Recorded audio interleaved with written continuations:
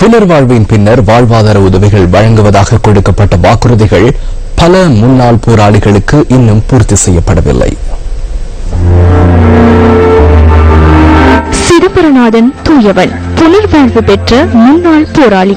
அகதி வாழ்க்கை, தடுப்பு முகாம், புனர்வாழ்வு, இந்த சொற்கள் பழகிப்போன ஆயிரக்கணக்கானோரில் இவரும் ஒருவர்.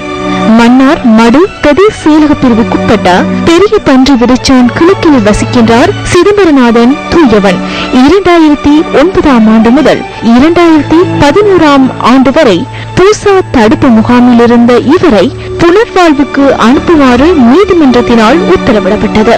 இதற்கமைய ஒரு வருடம் புனர்வாழ்வுக்கு உட்படுத்தப்பட்டு 2012ஆம் ஆண்டு விடுதலையான தூயவனின் வாழ்வும் போராட்டம் மிகுந்ததாகவே அமைந்தது.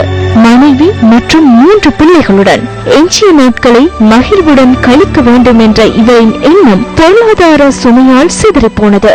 தற்போது எனது தொழிலாக ஆடு மேய்த்தல், தோட்டங்கள் செய்து வருகிறோம். இதுவரை காலமும் அரசாங்கத்தால் எங்களுக்கு விடுதலை செய்யும் போது அரிய காணியும் வாழ்வாதாரத்துக்கான உதவிகளையும் செய்வதாக கூறப்பட்டிருந்தும் இந்த நிலையில் எது விதமான உதவிகளும் இதுவரை செய்யப்படவில்லை. நான் இந்த கஷ்டத்தின் மத்தியிலும் சிரமத்தின் மத்தியிலும் வாழ்க்கை நடத்தியுள்ளேன்.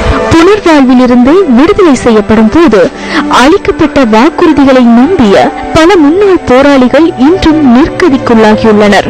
சமூகமயப்படுத்தப்பட்ட முன்னாள் போராளிகளின் வாழ்க்கை சுமை குறைப்பதில் அதிகாரிகள் அசமந்த போக்குடன் செயற்படுகின்றார்கள் என்பதையே தூயவனின் கதையும் உணர்த்துகின்றது.